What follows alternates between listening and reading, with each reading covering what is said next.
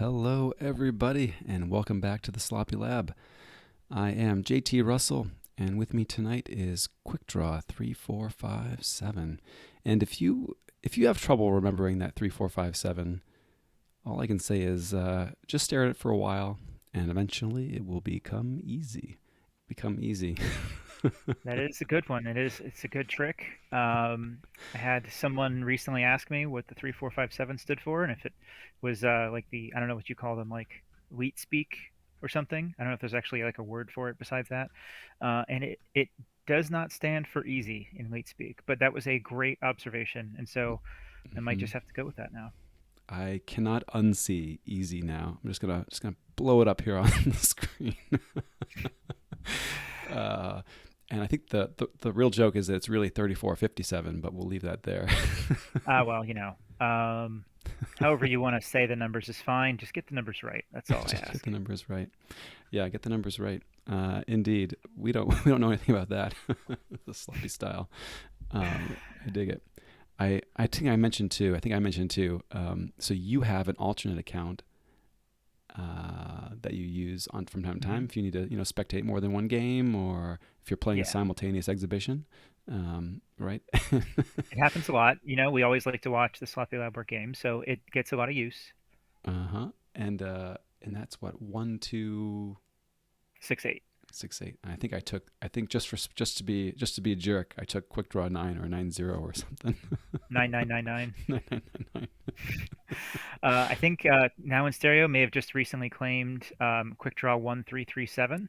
Oh, he's got the lead. That's primo real estate right there. I don't know Yeah. if you were ever a Diablo 2 player. Diablo 2 No. player. The old Mm-mm. D2X was good times back in the day, but there was this one really, really sweet piece of armor, and everybody wanted this armor with an armor like rating of 1337. Even though you could get it much higher rated, you had to have that Hmm. one. So Yeah, then you leave it there and you never upgrade it, right? and never upgrade it. Nope, it's done. Yeah. It's peak. And welcome to folks in the chat. Hey Murph, how's it going? Yeah, we've got a fun one in store for everyone today. I think it's gonna be a fun one. It'll I be think it'll be educational for us. hmm I so think this is boring like for everybody else. maybe. I think it's a great opportunity for us to kind of think out loud about this and kind of set the stage for what we hope is going to be kind of a newer recurring segment, a new recurring theme to shows as we explore different archetypes in Keyforge. Hmm. I had never given a ton of thought before to it. I know a lot of other people have done research out there and have done a lot of discussion on it. And so we're kind of, I think, coming at it with like a fresh take, I hope, and Hmm. kind of trying to explore it ourselves, looking into some of the stuff that's already been established and um, maybe not agreed upon or consensus, but stuff that's widely believed, and then going from there. Nice. And I see the fine folks in the chat already telling us they can't wait to tell us how wrong we are. I feel like that's why Fudginator shows up every week, You've just come to to the tell us right how wrong place. we are. You've Yeah. come to the right place. Yeah. So this is I do view this sort of this episode as sort of the start of a journey. I think we will have a number of episodes in the future highlighting different archetypes, different deck types, um, and I think that's also going to be an opportunity to welcome on hopefully some community experts or experts. Maybe a high bar. You don't have to be an expert. You can be a lover of, an amateur even of the various archetypes and deck types out there. They may even be things that don't get mentioned today. So if we don't happen to mention your favorite archetype, then please educate us, as it were. And And we have a good place to be educated, don't we we? do. So I have over here on stream right now the team page, the brand new team page, and I was just commenting to Quick Draw before the show that we should put some ads on here. It'll put different random bird in front of each team member as you load the page, and it has just been really, really more addictive than it ought to be to So reload they're and not see. all birds, though, Not but all we're not birds. going to spoil the non-bird. You have to find it. You Mm-hmm. have to uh, refresh the page as many times as you can until you're seeing something like JT Russell is seeing right now on his page. And look at this, all ducks here, all ducks here. Eureka would be proud. I feel like that's worth a prize or something. Um, that's Mhm. you're supposed to share a link though. You got I distracted am. by the birds again and the I, ducks. I was. Oh no. So from the homepage, actually, you can get to it. There's a new link for folks who have a question or topic idea for the show. So handy link there. It says, "Got a question or a topic idea for the show?" Click on it. It's going to bring you to another page that has a link to a fancy Google form thing, and you can click on that link and pull up the form and submit an idea, and we'll look at it and say, "Oh, that's a great idea," or we'll ignore it. I don't know, one of the two. Yeah, I just linked it in the chat anyway. And one of the things you mentioned as well was like if you would have a recommendation for a guest to talk about Mm-hmm. a different archetype that someone thinks that they are pretty familiar with, we're happy to welcome new friends in the show. So yeah, feel free to give us some feedback. Fill out the Google form for us every once in a while. Let us know what you think. Any ideas? We're always looking for new ideas to talk about, especially stuff that is interesting to you guys. Totally, and I'll include it as a link in the show notes too. So if you're not here with us on stream now and you're wondering what we're talking about, check the show notes. It should be there. Cool, and yeah, welcome Astron too. Love seeing the folks chiming in the chat. But yeah, so this should be fun episode. Kind of as we mentioned, we are going to dive in and maybe air out some of our own ideas and thoughts on the various deck archetypes. Um, and yeah, see where we get to. So it could be shorter, could be longer, but it's going to set the stage for a longer journey that I have a lot of hope for. And I think it's going to be really fun. Yeah, we're gonna have more questions than answers tonight, Probably true. and I'm very cool with that. And I guess the first one that we very obviously want to start with are what are the archetypes that are part of this game? What are ones that people think are part of this game? What do we think are part of this game? Um, Mm-hmm. like I said, I have never done a ton of major research on this in the past, a lot of studying on it. I know a few that are very popular, Rush and Control, which Control we'll talk a bit about more as kind of a doesn't fully describe what it means. It's very different in this game, I think, than other games. And then there's like the Zoomies, there is the Doomies, and Doomies, in fact, is a personal favorite of mine. But yeah, so there's got to be plenty different other ones that are along that spectrum as well. I know the NKFL podcast in the past has done a much more deeper episode on this already, and so we're going to kind of look at theirs at some point in the future too, and just kind of see how that compares to what our list looks like. But to me, I think one of the interesting things is that I don't know if there's like a right answer for this. I don't know Mm, if everyone thinks that all of the archetypes are the same, and I don't know if everyone will like agree on every definition either.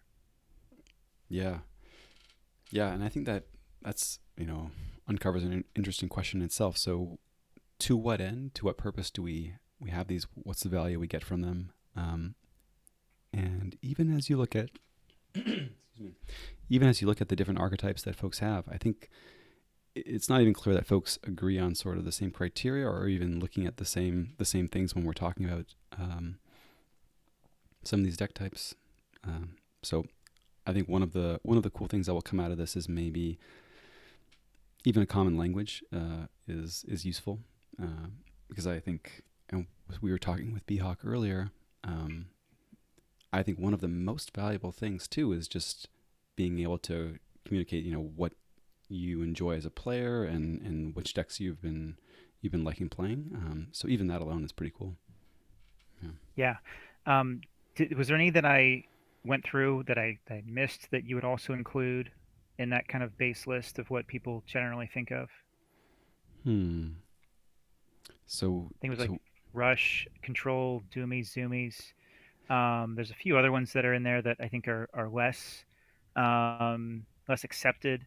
Combo deck, I guess I missed. Combos is a big one. combo's a big Um, one. Flood is one that you hear mentioned quite a bit. mhm. You do hear crush a lot now, but I feel like you hit all the big ones that I see floated most often there. Yeah.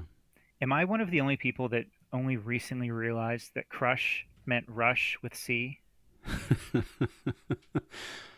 uh, I probably uh, I probably just learned that like 2 months ago, even though I had heard that term for a very long time. I I've definitely heard the term a lot, and I've played against crush decks, and I've said, "Oh, that's a crush deck, sure." And I've had crush explained to me, but I've never had it said until this very moment that crush is rush with C. But now that you've said it, it makes so much sense. Okay, so I'm glad I'm not the only one. That's very good. Yeah, Um, yeah. yeah, and I recently got a crush deck, and that's like the first time that I had really like considered that word and the term for it. Mm-hmm. Um, it's just got like a ton of C in all houses, a lot of pips, a lot of stealing. And I was like, yeah, this is probably what people were talking about with the crush deck. And then I was like, oh yeah, it's got the high C, and that's kind of what everyone was talking about with it. So I don't know. I thought that was interesting. I don't know if anyone else in the chat maybe just came to that realization. Maybe their minds are blown and they can't comment at this time. I don't know. I'm outing myself as being wildly unqualified for this topic. Like, That's oh, why we're Sloppy rushed with Lab C. Boys. That's why we're This is sloppy. like this is our shtick, and we're sticking to it. Yeah, yeah, So like talk about crush. Like it's kind of specific, but at the same time, it's also rush. So like, how do you break this stuff down? Like, how deep do you go when you're thinking of this stuff? Because like a rush deck in its simplest definition is like make a lot of amber fast, right? And a hmm crush deck can do that. Just happens to have C. So like, is it a subcategory or is it something distinct? And like, there's other examples of this too, like different types of grind decks that are very different in style, but they're still kind of like the same grind. Ooh, I'm not sure if you're teaming me up to go into my grand theory of everything or not. um, The grand theory of it all is what everyone comes to this show for from uh, JT Russell. Absolutely. But whether crush is a subcategory of rush or not, I guess so in a traditional sense. Um, but I think the necessity of C and whether or not you have it is almost a distinguishing factor currently in the game. I would say um, they Hmm. definitely feel like they play out as very different decks, and I think in what I might throw out as some early thinking on classifications, um, they they definitely wouldn't sit quite at the same place in the scale or the grid, as it were, which is Hmm. interesting for sure. Do you want to talk about your scale yet, or you want to kind of build up to that? Oh, I mean, let's talk about it. Sure.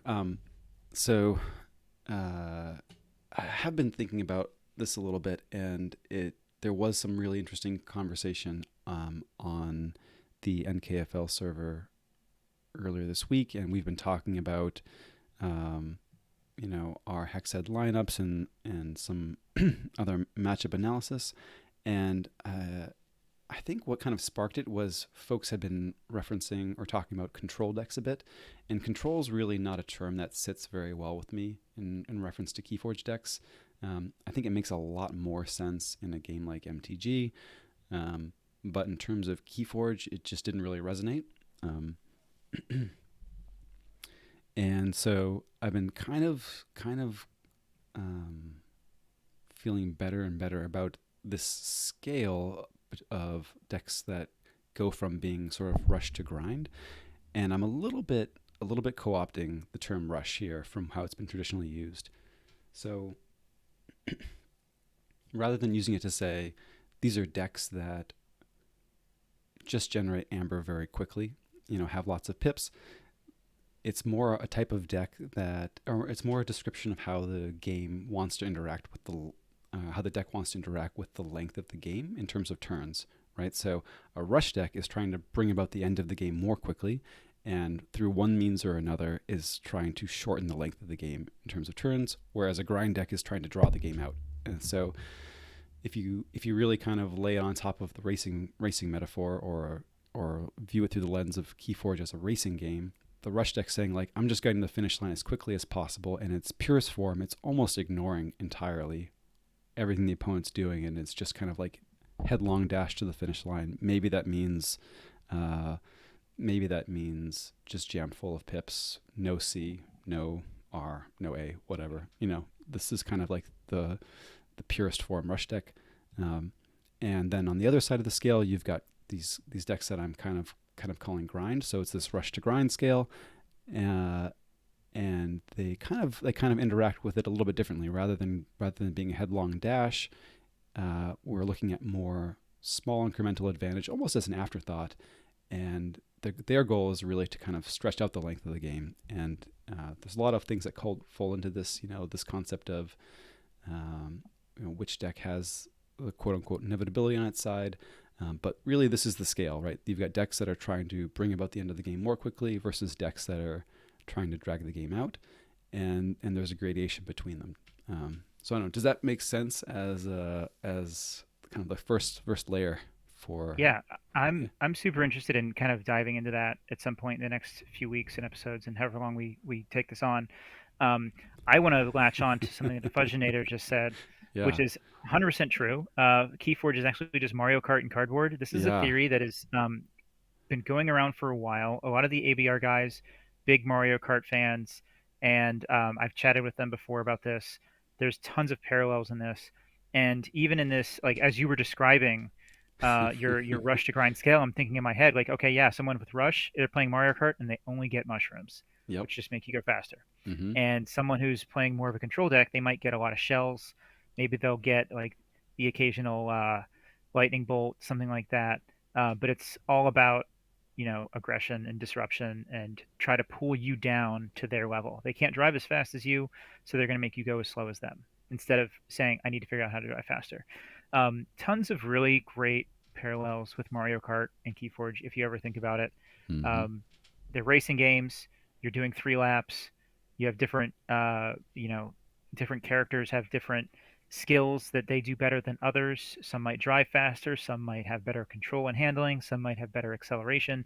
So like if you think of all of this stuff in terms of Keyforge, you can still like pull out a lot of the same similarities. Like when you look at a deck, you might say like, okay, this one has a ton of pips. It can rush really fast, so it might have high acceleration and high top speed because it's just never going to stop making amber.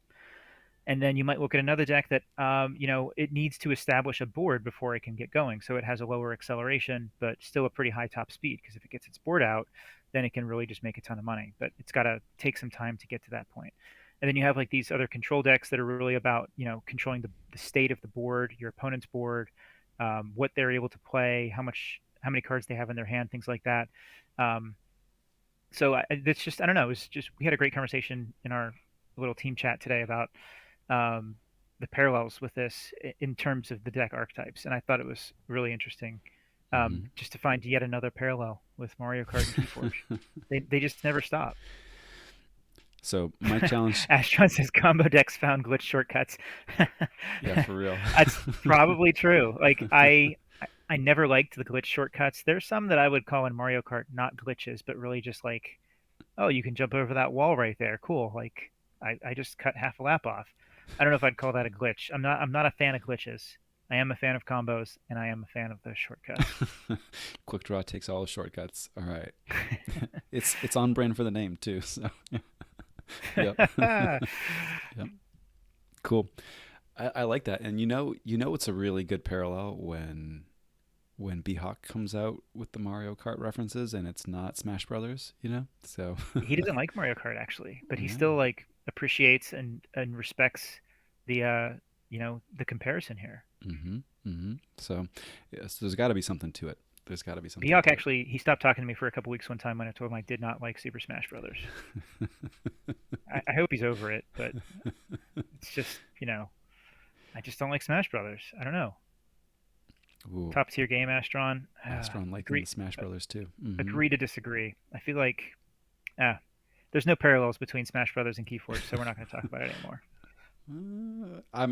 I suspect there may be, but I'm not the right person to bring him out. This will be how we tempt B-Hawk on for the Yeah. Smash Brothers versus Mario Kart episode. I So will so say we're going to that start taunting Beehawk to see if he'll join, because the taunting of Crusader never worked.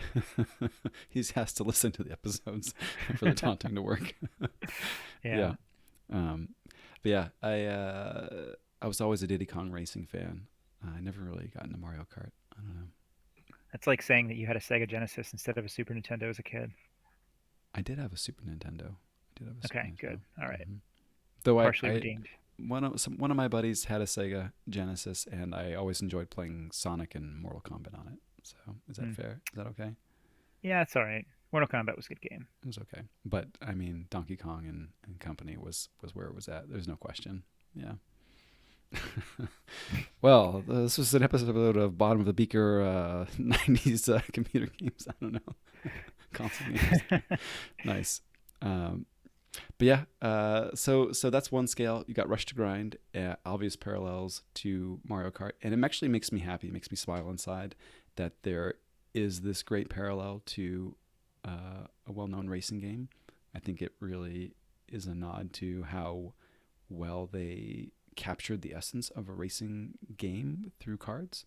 Um, It's I will true. say too, when Keyforge was first described to me and described as a racing game, I was like, okay, sure, it's a racing game, but really this is just like repackaged, like fight your life total down to 20, but we're counting down or counting up instead of down, you know.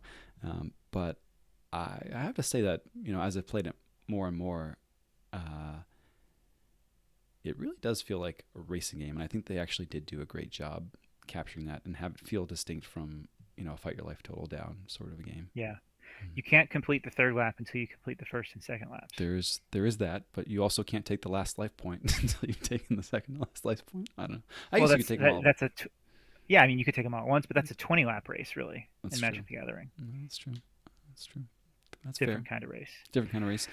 Um, different way of interacting with resources as well.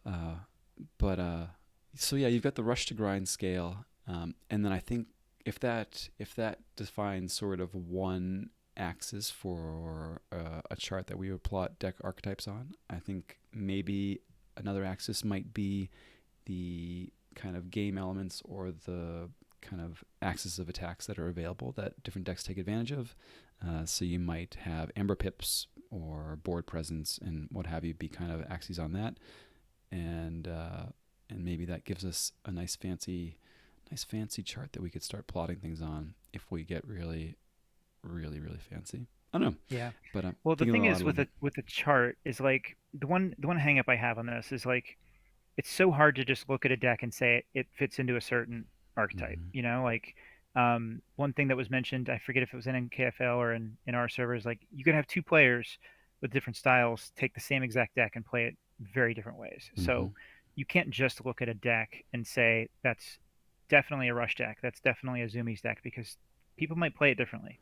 Hmm. Um, and I don't think that there's like yeah, it's not as like square and defined as I think Keyforge players want it to be. They want to say like, oh yeah, this is a great control deck or this is a great rush deck, but like I think if a deck does other things with it, like you might be a good rush deck, but like what if you have like a really good Doomies play with like a couple binding irons and things like that to like really slow down your opponent? Like, is it still a rush deck or is it a Doomies deck? There's a lot of different scales, and it.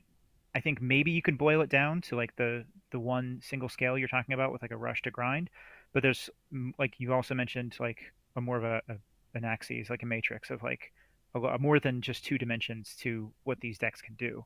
Hmm. And so, you know, I don't know. It's a really good thing in my mind that there's not an easy way to look at a deck and just say, yes, this is what this archetype is, because there's just a lot more nuance in Keyforge that I think, um, you miss out on the first time you look at a deck list. Yeah, I think that's absolutely right and an important point. And nice tongue-in-cheek comment from Astron. Like, you can play a deck more than one way. Oh, yeah, might be why I don't do so well. But the deck that always comes to mind when folks say something like that is Dranzid, Miss Dranzid de Castle, that Not Tonight plays. Um, I cannot win with that deck. She crushes everybody with that deck.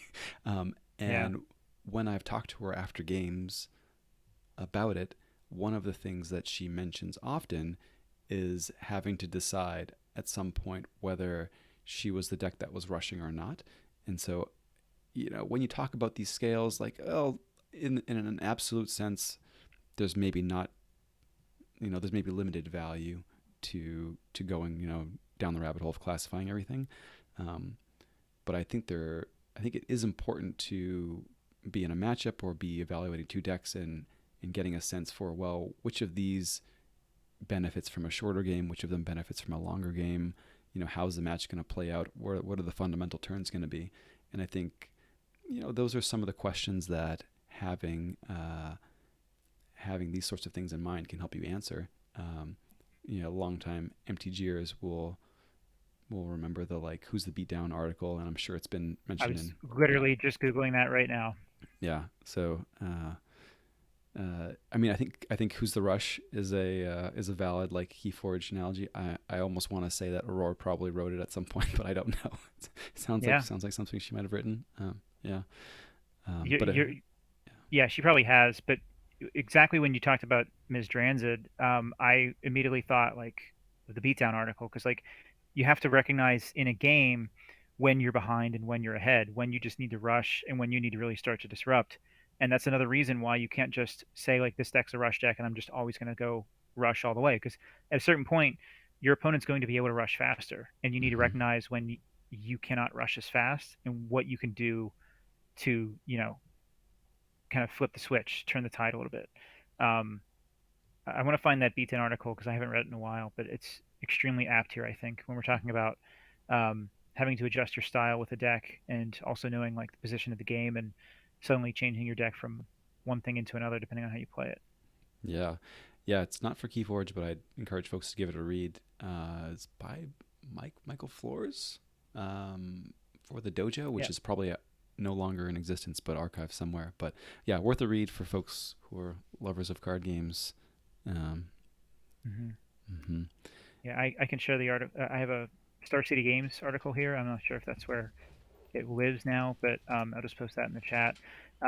It is it's an article that's been recommended to me in multiple different games that were not Magic the Gathering, and so just to repeat like what you just said, even if you're not a Magic player, this is a very relevant article for gaming if you haven't read it before. It's super cool, very interesting. It's a great way to think about your in-game strategy. hmm And I mean, uh, decks with or games with a deck building component, it's a lot easier to classify things. And well, partly because there end up being fewer sort of entities, like stable entities in the ecosystem, right? Like hmm one of the things that makes it so hard to classify Keyforge decks, as you're mentioning, is I mean they're all unique. There are lots of potent ones out there, and it's really hard to say like, well, is your deck with 23 creatures the same as my deck with 23 creatures just because we have lots of creatures? Are we both beat down decks? Like not really. The other things in that deck and the specific ones really provide a lot of nuance and make classification hard. Um, uh, and so maybe that means it's even more important to not get stuck in this mindset of like, yeah, I'm always going to be the beatdown deck. Like, no, maybe your deck often wants to be rushing or beating down, and that's good to Right. know. But it's more important, equally, if not more important, to be able to figure out am I actually on the defensive here, or need to figure out how to not be rushed in this Yeah. matchup. Yeah. Yeah. What if you're playing like a rush deck and you have very little C in your deck, and then your opponent drops down a Master of the Gray, and Uh, suddenly like what yeah. do you do? Like you have to find a way to find an answer to that. So you're going to change your strategy compared to what you normally might just be like, you know, throwing out as many pips as you can a turn. Suddenly you have to kind of pivot and you maybe like call into a house that just has one or two big creatures just so you can fight a turn later and kind of get your game back in the right strategy. Yeah. That's when you change your game plan from rush to put your hands under the table and lift upwards vigorously. Or just do a quick concede so you can go get some lunch between yeah, rounds. yeah, conserve energy. yeah. uh, all right. Master of the Talk Gray is a about butt. I agree with the chat on this one. Thank you, yeah, Floximal. yeah.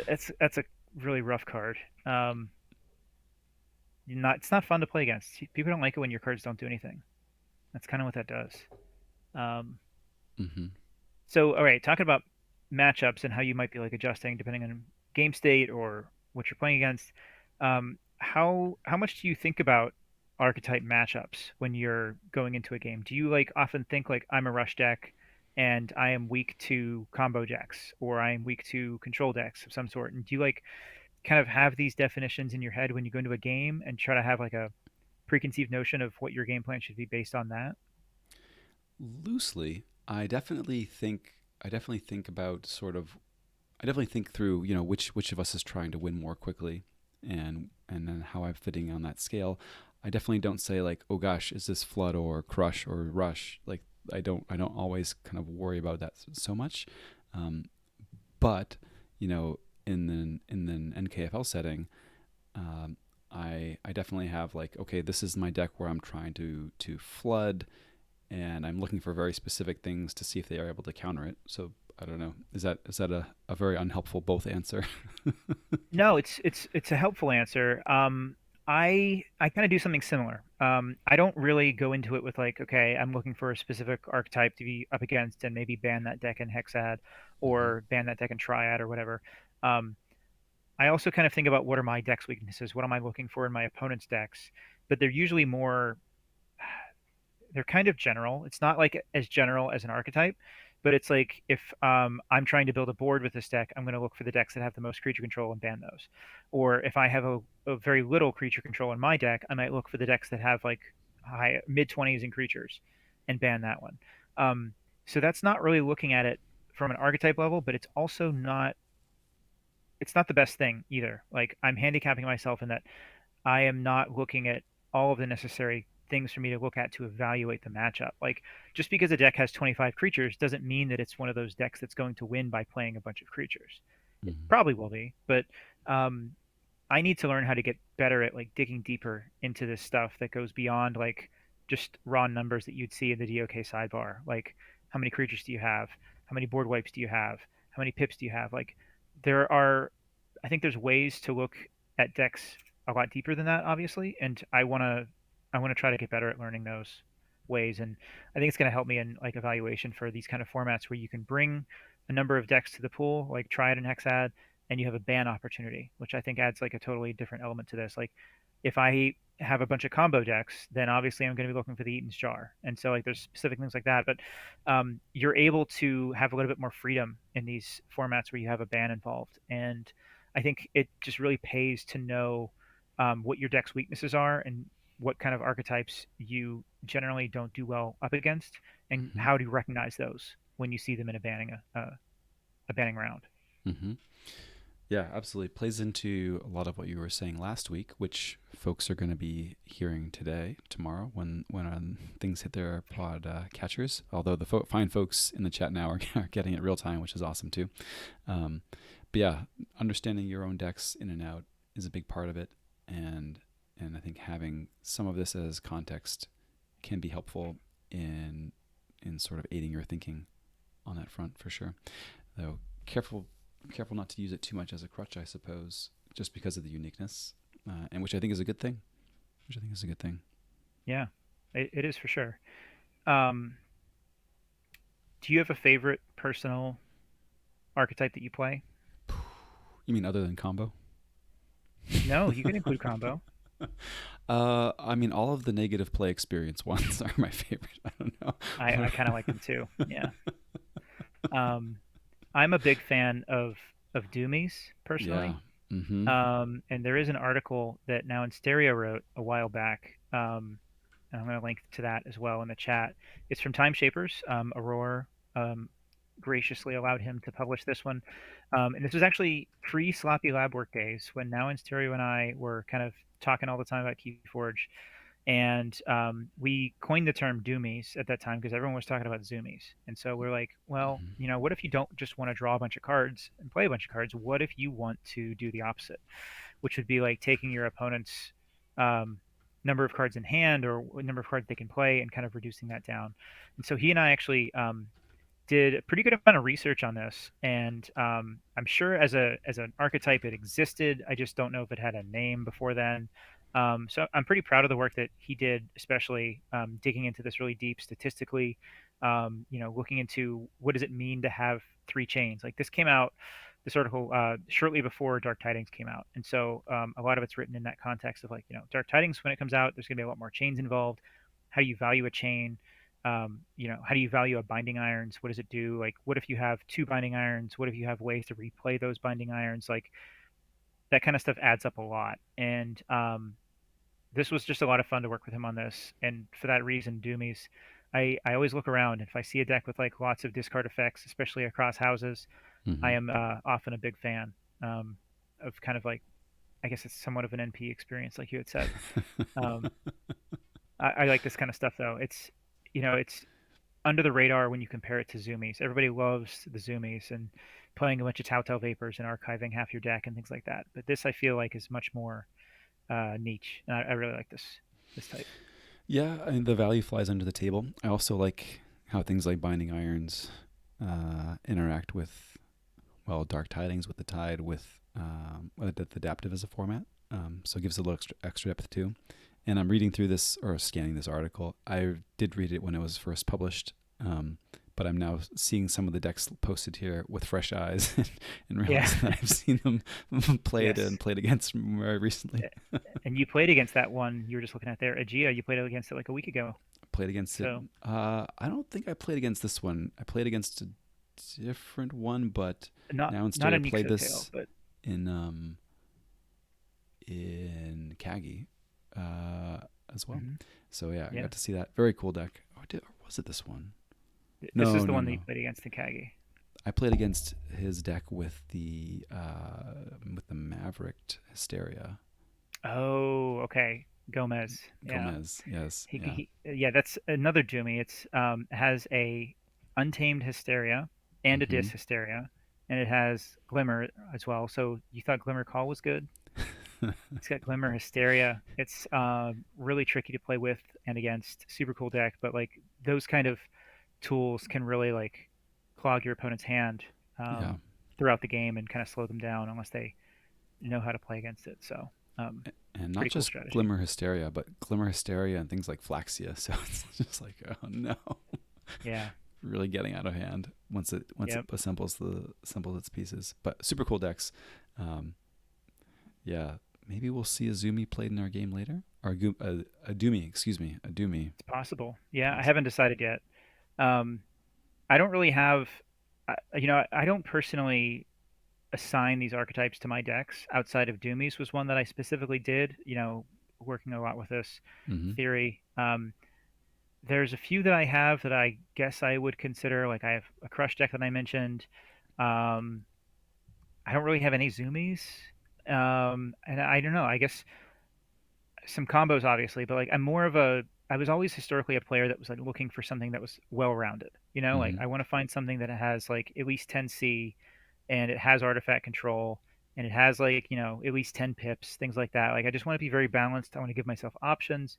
Um, and so a lot of my decks are kind of like that, and they don't really like go all in on a certain synergy or strategy, but they often try to do a lot of different things well. Like Emerald is one that I was thinking about playing tonight because I'd be curious like where that one falls. But it's like kind of just a little bit of do everything kind of deck. It has like just enough creature control to get by, sometimes not enough. It has artifact control and plenty of it. Decent amount of pips. It's got stealing. Like it's just got like a little bit of everything, like a small amount of efficiency. And it's always been a really fun deck for me to play, but I don't know like how to classify it.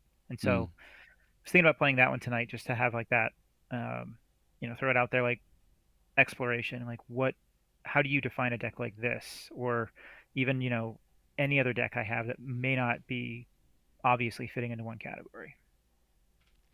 Yeah, and I mean, I'm in a similar boat with Destratage, so maybe we'll see Destratage matching up there. And that's a deck that is also one I would call very well rounded. You look at its stats, and it's got sort of respectable stats across the board, um, and maybe some combo elements to it, maybe not. But it was always a deck that I I never felt like I was playing to its potential.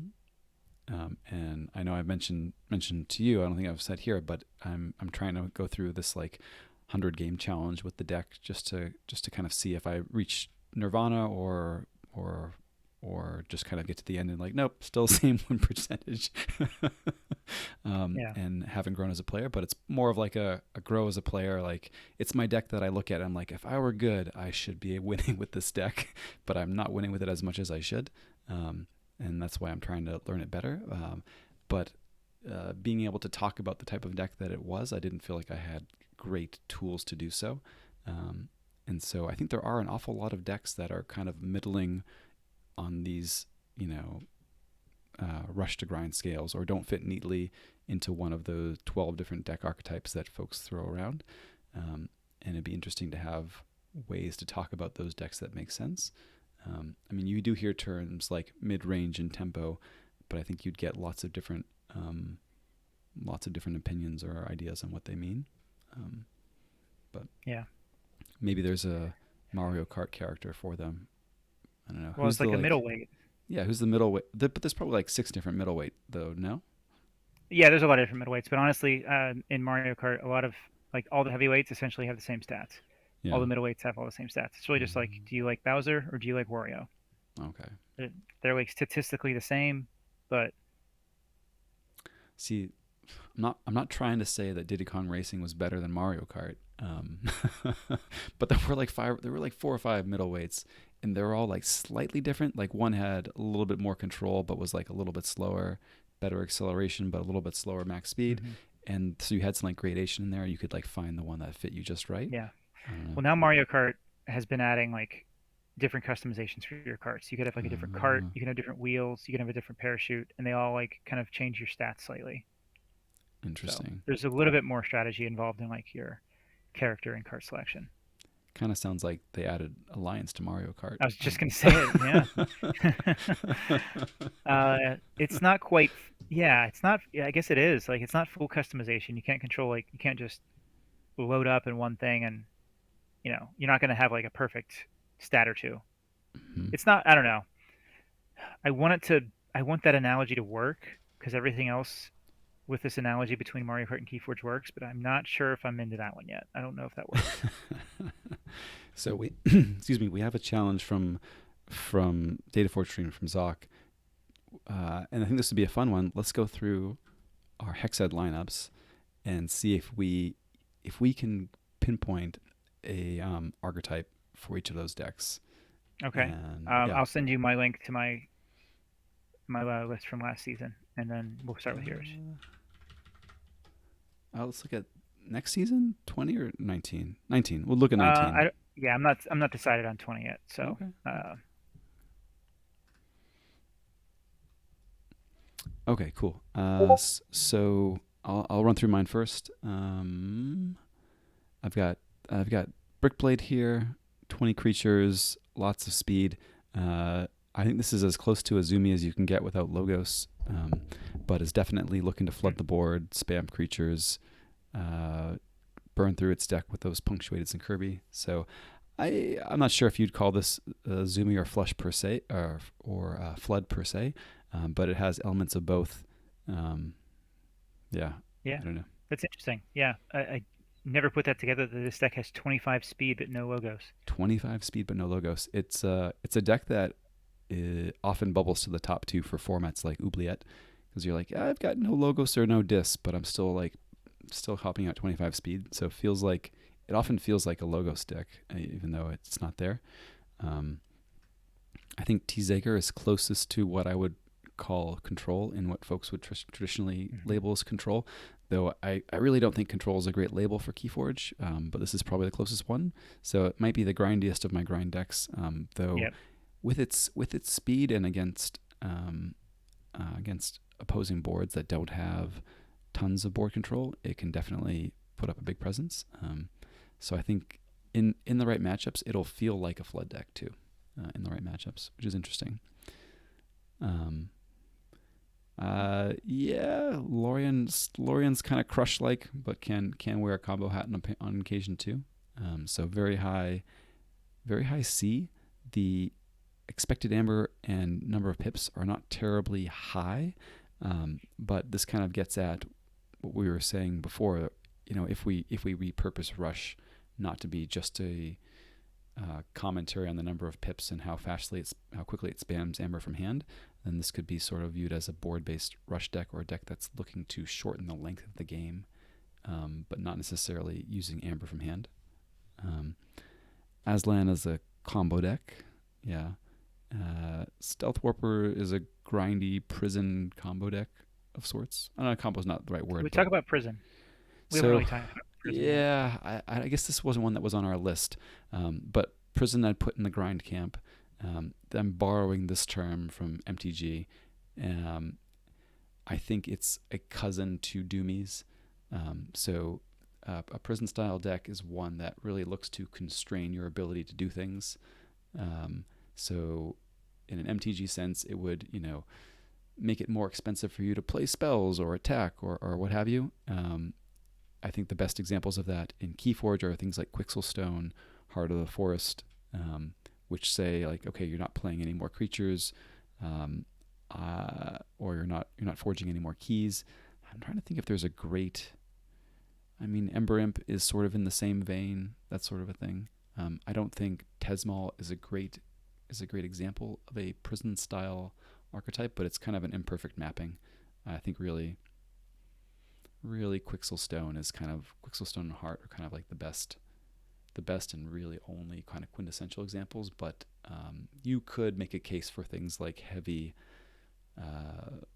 succubus and Ember Imp type decks. I think once you start talking about Rustring Undress, maybe in that camp as well. But it's a fine line between what I'd think of as a prison deck and a Doomy perhaps. Yeah. Hmm. So maybe this is one where we need to find a good type for. Um, Could be. I mean, it is untraditional Doomy. Like I maybe it is a cousin of it, like you said, because you're really preventing your opponent from playing cards. It's just that you're not reducing their hand size and you're not random discarding as mm-hmm, much, but they still like have a handful of cards they can't play. So mm-hmm. kind of comes to the same conclusion. Yeah, yeah. And Carbon Amity is probably a deck that I would call a combo deck, but is actually probably a mid-range deck with Martian Generosity, and that's why I lose with it all the time. So I don't know. We'll see how I did. Maybe we'll use this as a point for retrospective and reflection when we circle back after marching through various archetypes. Yeah. But Yeah, those it's are mine. interesting. Maybe we Yeah. should take some notes as well. Is like in the notes section of each of these decks to see like where are we starting with? Like what do we think this is just Mm-hmm. from our experience now, and then what is our opinion of it later after we kind of like dig into this a little bit more. Yeah. Yeah. Right on. So cool. So those are mine. I don't know. Would you care to run through yours? Yeah, I can try. So at the top is Giran. This is a pretty creature control heavy deck.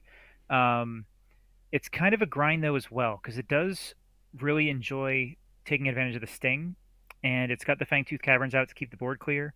So I've had a lot of games where I've just discarded to auto encoder the entire game and kind of kept their amber down and kept them from forging until I could get the sting out and drop out a couple Pismires and take 10 amber from them at once. And so I've had a lot of games where it's sort of been a slower, methodical game. So it's like somewhere between like a crush and a grind. I'm not really sure how to put it. Hmm. Okay. Um, Macro Bill, I think I would instantly call it a board flood deck. It definitely tries to establish a board that can do some really nasty things, like reaping with three Tirados, and just consistently calling logos just to draw your entire deck almost, even if you're only making like four amber a turn. I would say it's definitely a board flood deck. And after they finally get rid of those, then by that point you can probably drop like a big board of Untamed and then play your Resurgences to get back the Tirados. Hmm. And if they didn't save enough creature control for that Fandangle, you just come right back down with everything the next turn. And it can get into situations where, as soon as they use their board wipe, they think they're safe, and then like a turn later, it's like most of it's back. So um, I would call that one a board flood for sure. The next one is the Chinese deck, Bard Poet. This one is, it's very much grindy. It has the Effervescent Principle, which I'm a huge fan of. It's got the Double Infernus and the Stirring Grave to get it back. It's got the auto encoder, so you're often discarding more than you would play. Um, and then eventually you can maybe get to a point where you have a big Saurian board out, and then you just spoils of battle and everything, and then you gateway just to make the Amber disappear. Mm-hmm. Um, Something like that. So I guess I'd call that one somewhere on the grind scale as well. It's grind and disruption a bit too, because the mark of dis is really force your opponent into suboptimal plays, I would Mm-hmm. say. Um, so I don't have a good answer for that one. That's a tough one. Mm. Um, Anakim, I think this one is largely rush. I think you look at it at first, people might think combo because of the Feroctor, Mm-hmm. but it's definitely a rush in my mind. It has 17 pips and it has a ton of ways to just gain amber in addition to those. So um, super fast deck can get the game over with pretty quickly just before you even need to think about the groundbreaking discovery. Hmm. Um, Emmeline, I would consider a combo. It lives and dies by the library access, phase shift, keyhammer, interdimensional graft. Hmm. It does a pretty good job of delaying until you can get there with the lash and the shaffles and the charrette. Um, but it does need to set that up. And if it doesn't set that up, then it's not quite enough value to win anyway. So I would call that one a combo. And the last one is Kanben. And this is probably the hardest one here for me to define. It's another Sting deck. Um, it's decent rush, but it's not like just trying to end the game quickly. It's definitely trying to kind of set up a win condition with the Sting and the key cheats. Um, Pretty unique. So I don't know. I don't think I have an answer for this one. Rush Hmm. is the closest, but I don't think Rush is a good description of it. Hmm. How do you have a sense? Got and like yeah, a sense for how many turns typically the games with Kanban would take? Um, Probably less than 10. Less than 10. I think it's pretty rare for it to go beyond 10. Because it does have some decent efficiency of its own. You know, it's got two Abworks and a Eureka and a Hidden Stash. Um, and it will take Amber as they forge it if you get the Sting out soon enough. So Yeah. it tends to go pretty quickly. Hmm. How often do you find yourself in situations where you're sort of delaying your progress for the sake of setting up some of these other pieces? You know. Um, I would say not delaying. Like if I don't have the Sting yet, then I am usually trying to dig for it. Okay. Unless it's like a situation where I think I can outrush them, or maybe I need to handle their board and I just drop a few standardized testings, things like that. Definitely comes up. Um, it almost always wins if I find the Sting, and it's probably like I don't know. It can still win without it. It's just a lot harder to win. Sure. Okay. Cool. Well, I mean, this is a good baseline. We're gonna keep this one in the old archives, and I don't know, check ourselves when we circle back. I'm sure. Yeah. So I was doing some research, and DOK had to think for a very long time when I asked it this. Hmm. Um, I just looked on DOK and searched for decks without logos that have 25 efficiency, Hmm. and there is one in existence, and that is Brickblade. So Really? you literally have the highest efficiency deck that does not have logos that exists in this game right now. Is that true? Let's see. We'll do this right now. Constraints efficiency min 25. Yeah, and while you're looking that up, Data Forge Stream says the beauty of Keyforge is most decks don't fit into a clear archetype, and I totally agree. Um, it's got a lot more nuance than it does at first glance, and that's really definitely one of the coolest things about the game. Is the more you play it, the more you learn. Oh, I tags. see you're trying to search. It's taking a long time. No, I just had a stray tag hidden in there. Let's Ah, see okay. if this finds it. So two decks with 24 plus. I Hmm. bumped it down just in case the UI was rounding up on me. Um, Yeah, I did the same thing. And it's okay. funny, the other deck I literally just played against in NKFL, which is super. I recognized the name and I was like, why do I know that name? Does that belong to our team? I thought for a second that maybe my search was like only looking at our team, but no, I Yeah, was like, yeah, Zotted I know deck. that deck. That's a Zotted deck Yeah. if I've ever seen one. Yeah. Zotted? Zotted? I always forget. I don't know either. So I think it's Zotted. I talked to him. Or maybe that's Zoc and Zotted. Yeah, that's he brought that to his NKFL lineup. Mm-hmm. I very much lucked out against it. It was a spicy He one. It is super spicy. I decided not to ban it because his other decks are also extremely spicy. Um, but how about that? You have the highest efficiency non-logos deck. Claim to fame. Right there. Yeah. That, Right on. yeah. 25. I never knew it had 25 until you just showed me, and I was like, that seems really unusual. So my spidey sense was tingling on that one. Yeah. Double 4.5 from both punks. 3.5 from three different Kirby's. Val and Gray. And then -1 from the axiom too. So it could be even higher. If only you had no creature control, it would be No a lot creature higher. control. I have a very creature control to spare. That's 6.5 rating. I mean, I'm not worried about their board. They're worried about my board, right? That's the plan. Right? That's the That's kind plan. of what Macrobell does. Very Mm-hmm. similar way. Macrobell has essentially just two decent creature control cards. That's a standardized testing and a Kurzap. And I've learned to do really well with that just by like that same rule that you just said. Like it's usually my opponent that wants to clear the board, not me. So I just Mm-hmm. kind of let them handle it. This is the old best defense is a good offense line, right? Yeah. Yeah, gotta love it. Yep. Um, all right. I don't know if there's anything else we missed for this kind of groundwork episode, as we put it. I'm sure there's a ton we missed, but that leaves us room to expand. So that's good. Yeah, we missed a lot by design, but I mean, as far as laying the groundwork, As far I as think laying the groundwork, setting touched the on everything I want stage, to talk about. yeah, I feel pretty good about it. Mm-hmm. Yeah. Um, and so we have to play a game as well. Yeah. And before we switch gears, anything you want to say to the folks? Actually, you know what? I'm thinking about how I'm editing some of these, and maybe we'll save the sign off to the end, and we'll just slide it on over with the So I won't say anything. so we'll just save it. We'll just save it. And quick draw. This is a big milestone episode. This is number 31, I think. Oh, But you think? check the old stream info. Yep, 31. But not because of the number, but because this is the first time where it's like fully edited, ready to go before we even started the next one, our previous episode. So I mean, like, don't even have to publish it after we hang up here. It's just like it's just kind of already scheduled. Probably already in folks' podcatchers. So pretty cool. Oh, I did get a notification earlier. hmm Yeah, I think actually the platform that I have been using to send out the podcast used to have a like schedule your release time feature, and now it just has Hmm. it published now. So I don't know. Interesting. Maybe they're doing some Yeah. shifting around. But Hmm.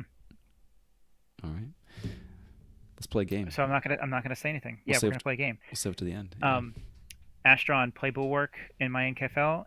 It is possible. I've been giving it some spins. Still got to work on it a little bit.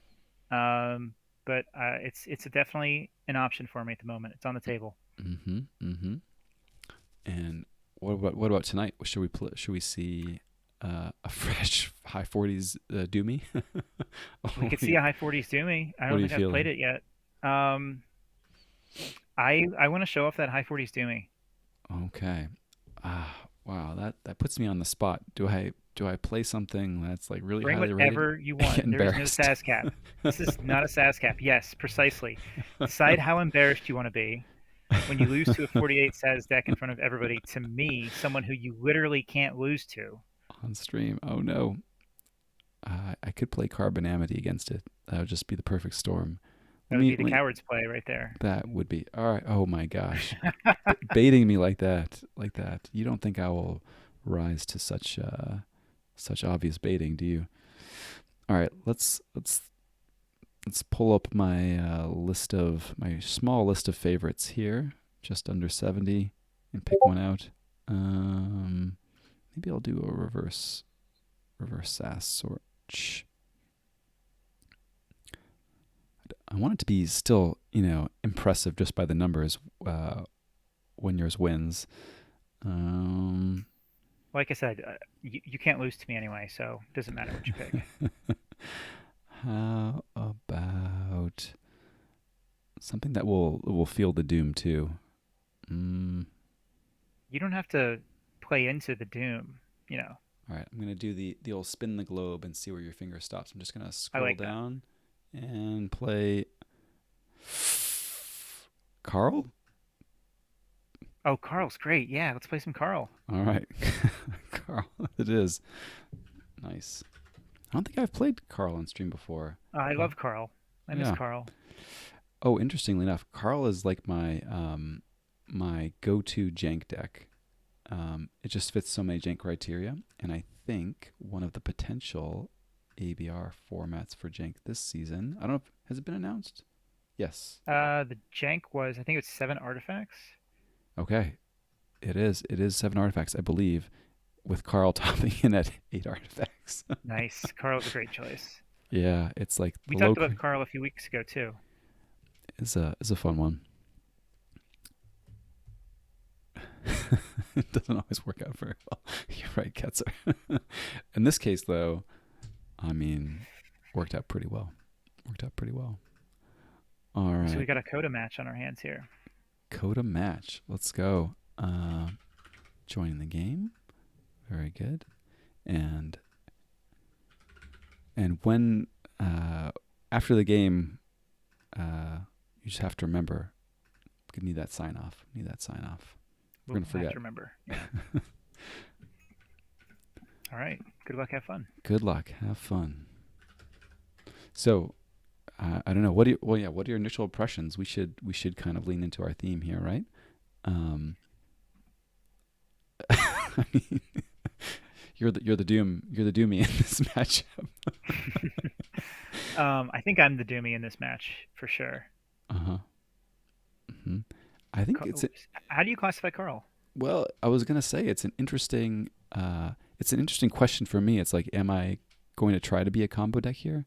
I'm scanning Stitcher because I don't remember off the top of my head what its artifact control looks like, and you do have a Whispering Reliquary, which is annoying.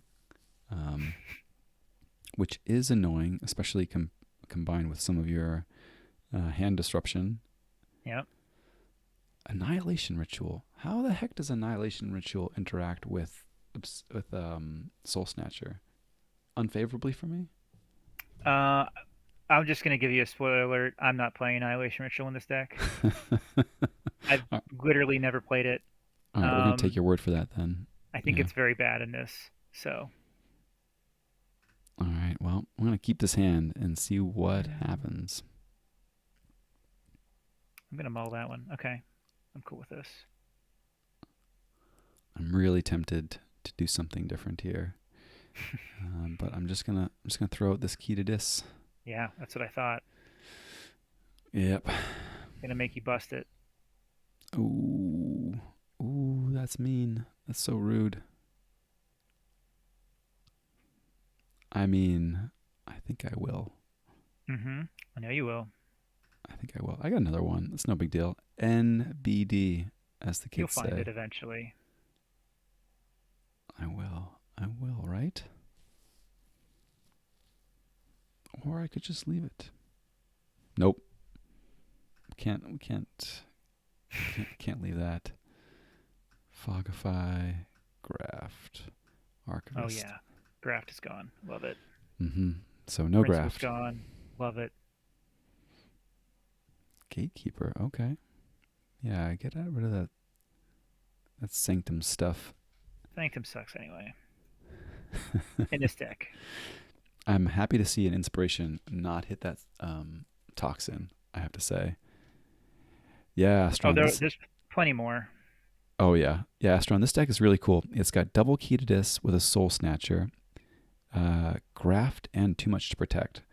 So, yeah, love popping those boards on a Logos or Shadows turn and then collecting all the Soul Snatcher Amber. Really fun. Well, now you just have the TMTP. Your Graft is gone. Now I just have the TMTP. That's okay. I'll reap here. Oof. Toss this one in Archives. Play a thing, and pass the turn. Mm-hmm. Okay, you ready for this? Let's see it.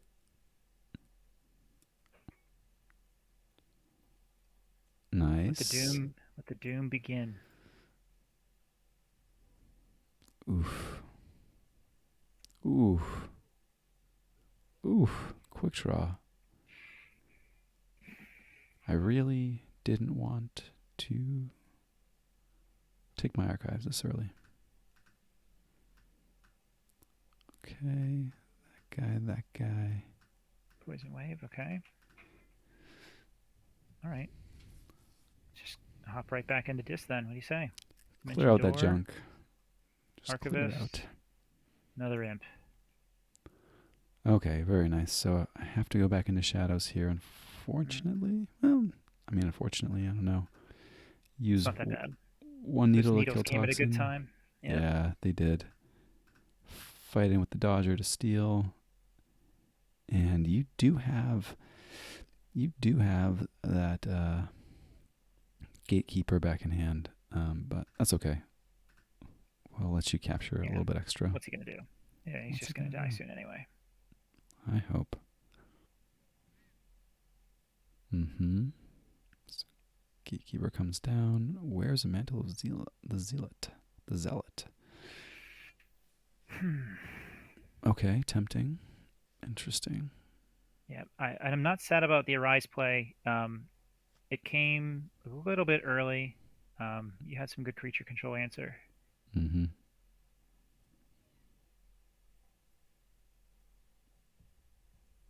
I'm tempted to just bounce this gatekeeper. Do that again. Get that key to dis on board.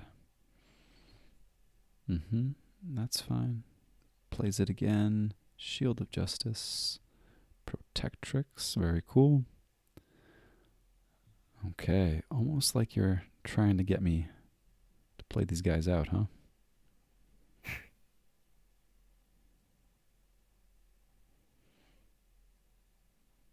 You have a doorstep in there? That'd be super annoying. You don't. This deck is like 48 SAS, something Yeah, like it's that. like You don't have to doorstep. worry about good cards. It's priced out of doorstep. Yeah. One of my favorite things about the stats on this deck is that the SAS in the Dis house accounts for, I think, over half of the deck's Mm-hmm. SAS. Yeah, the dis is really nice. The dis is actually really nice. We're just going to go into shadows. I'm going to play this last Seeker Needle. I'm going to fight into the Gatekeeper, finish it off with my Seeker Needle, play a Mac the Knife, just all the pingers. It's like the one deck you wish you had a bad penny, you know? I know. You've talked about that before on the stream. This would be Mm-hmm. so amazing to have a bad penny in here. Yeah. And I'm leaving off the last Seeker Needle just in case there's a stray cleansing wave. But I think... Okay, so we've got our red key. Very nice. And I think we just go back into shadows and keep the train rolling here. Keep that Secret Needle train rolling. Mm-hmm. So, Nerve Blast, one of these Mega Mouths for 2. Mac is going to finish it off. The other Seeker Needles are going to take out the other one. And we'll reap. Seems pretty good. Oh, Ketzer, good question. Check out the...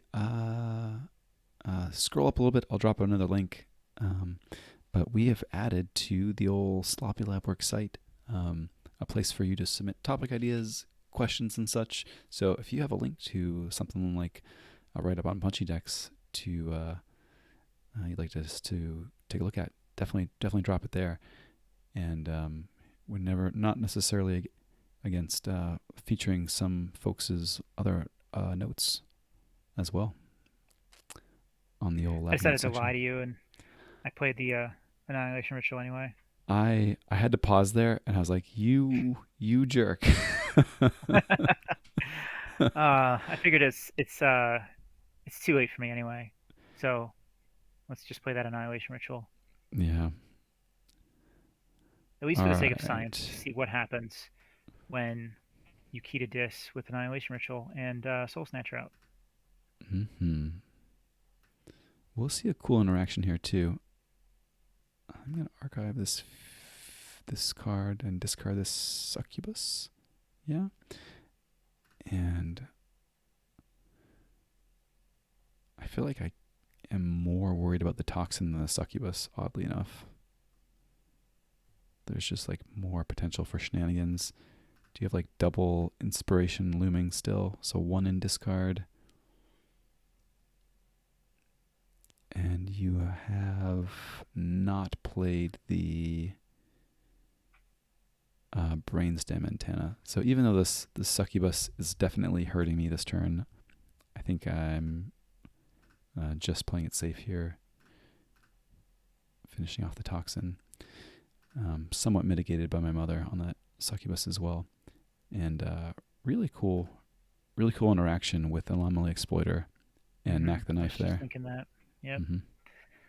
All right, that was a good call. I was about to drop a brainstem antenna, but there's not enough Mars creatures in here to really do a ton of damage with that. Mm. Um, but instead, I will just reset things here a little bit. Okay, very cool. At least I got a key. Got the key.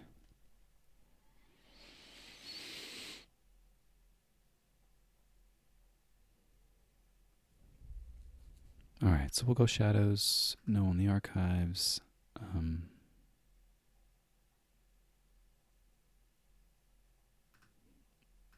finish off this succubus with our train of secret needles.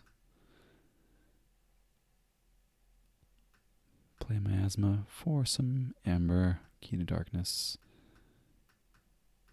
and the dudes still holding that key.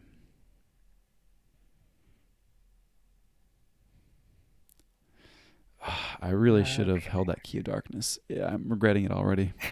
To walk off with it. Oh yeah, that's the other jank format that this was a likely contender for. The Key to Darkness is a super live card. Yeah. In this deck, yeah. The jank format was you have to forge your third key with Key to Darkness? Just a key. Just a key. A key, okay. A key. Mm-hmm. And then that's the one where you forge it +6. Okay. Yeah. The other one I'm thinking of is Night Forge. I played a game a few weeks ago against a guy with Night Forge, and the only keys he forged the entire game were with Night Forge. He paid like 10 and 12 for them. I'd never seen anyone forge a key with it before. He actually forged his only 2 keys with it that game.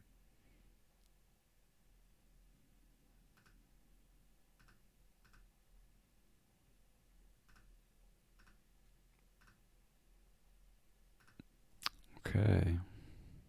Okay, I don't think I can do anything about that one, but let's start to show the power of the mother gun here. Mm-hmm. Only got one of them rolling this game. It's too bad. Yeah, it's the quad mother gun triple seeker needle matchup. It's a fun combo. The brainstem antenna and the marauder makes it capture one. Mm-hmm. And let's just pitch those phosphorus stars. Oof. GG. Okay, good game. Yeah, this one I've had some really spicy wins with this deck just on the back of the dis. I just like the Mars is so sad with the 4 mother guns. Like when you have a brainstem antenna, it's got like some decent potential, but then all the permanents that it has are artifacts. There's like what 3 or 4 Mars creatures, 4 I think. So yeah, 4 Mars creatures for the brainstem antenna. And I've seen you get a lot of value from the phosphorus stars as well, interestingly. yeah, it's a decent way to like delay a turn with the like if you don't have Asteria and you don't have like a want to unload some Mars cards, something like that. You play the phosphorus stars, they can't use their board next turn. You have the Asteria, pitch them all back. So it's decent phosphorus stars, as good as you can be in a deck like this. Yeah, we're talking about phosphorus stars after all, but it can do work. Right. It can do work, especially if there's a varied board, a varied non-Mars board, mixed non-Mars board on the other side. Yeah, it's a mixed bag sometimes because if I want my toxins to reap, I don't necessarily want to stun them. So yeah, that is if we had a 50 SAS cap Astron, I'm 100% playing this one. It's got some juice. I think it would probably dominate that kind of format just because all the decks suck, and it makes them discard all of their terrible cards. Like, what more do you want? Mm-hmm.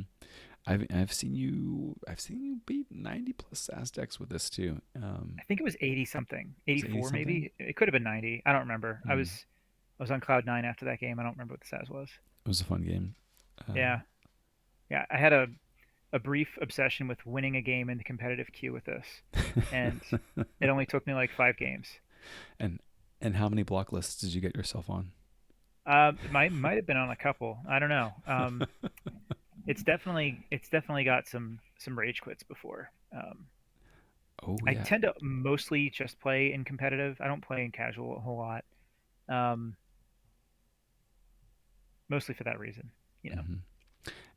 And yeah, I think Astron does know the the deck you beat because Oh, I want really? I want to say it was their deck played by somebody else at the time. Yeah. Oh, that's hilarious. Hmm. Wait, do you remember the deck? I think it was Worlds Collide Dinos, if I'm remembering correctly. I want to say it was Dinos, Starlines, or Logos. Jack Retromica. Hmm. It was fun. It was. I mean, obviously this game it didn't get anything rolling, but it it can with like properly timed hysteria arise, toxins, things like that. It can really um, cause some frustration. Hmm. Yeah. I like that, Ketzer. Winning less than half the games, losing over half your friends. Who needs friends when you can do 'em, you know? This is the follow up companion article, right? There it is. Yeah. Yeah, Worlds Collide Dino. 11C, I'm surprised it couldn't handle, it didn't have enough C to handle my little disc creatures, but Hey. I think we played 2 games. I think um, they were kind enough to offer a rematch, and I obviously accepted. And I think it was a 1-1. Maybe I lost 2 out of 3, something like that. But it didn't matter. You know, Hmm. you win one with a 48 SAS deck against a 90, and you're good. You're good. You're good. Right on. Right on. Cool. Well, a fun one, and I forget what Carl is. Carl. So Carl's at 74. Um, though it has been on my list as a deck to potentially bring to some unrestricted events in the past. So I don't know. I definitely think of it as a strong deck. Did we High talk high about it ceiling. during? Did we have a Soul Snatcher episode yet? We did have a Soul Snatcher episode. That must be We when we talked about this one. Yeah, yeah. I think it was. I don't think it was just Soul Snatcher though. We had Soul Snatcher plus. Um, Looking at our archive on our planning board. Bum bum bum bum bum. Background music plays. I don't see it. Maybe we didn't. I'm sure we did. Was it your? Oh, there is a Soul Snatcher deck episode. Oh We talked yes, about. on the Yeah, this 13th. was back in December. Yeah. Mm-hmm. Um, I think you may have talked about it in your pet decks episode as well. Probably, probably. Yeah, It's one it's of those. it's been talked about before. I'm glad you got to finally play it. Yeah, yeah. It's a fun one. Strong deck, high ceiling. Can play like a decent, fair, like code of good stuff deck, even when the combo doesn't line up. Um, Yeah, and Ketzer, we have not done Pester Grove yet, and that would be a lot of fun to do. Um, I don't know if I have more than 1 or 2 Pester Grove decks. I haven't played it very much, but I love the design on it. I think it's super cool. Um, I would love to talk about Pester Grove sometime. yeah, just added it to the list, Sweet. to our list in the old double See sided that? artifacts queue. We're so accessible, Mm-hmm. Mm-hmm. so open to feedback. I dig it. Cool. So that was fun. We should wrap it up there. Um, Yeah. I will remind folks, thank you all for joining us this evening or morning or daytime or whatever it happens to be where you are. Sloppy Lab Work, or rather, Bottom of the Beaker, is filmed weekly in front of a live audience of ducks and humans, 9:30 Eastern, right here, twitch.tv/sloppylabwork. And you can check out the archives of our past shows and the various streams that we've done over at YouTube. We're at Sloppy Labwork there. And for the very best content scraped from the bottom of the beaker, you can find us in your podcatcher of choice. Just search for Bottom of the Beaker. Yeah, I don't know. Anything you'd add or say as a sign off for us, Quick Draw? I thought that was a fantastic little rundown of where I'm you can find shopping us a little at. bit. So Yeah. I would just ask you to please stay sloppy, JT. Stay sloppy indeed. All right. Good night, everybody. Thanks, y'all, for hanging out with us. We'll see you around the lab. Bye.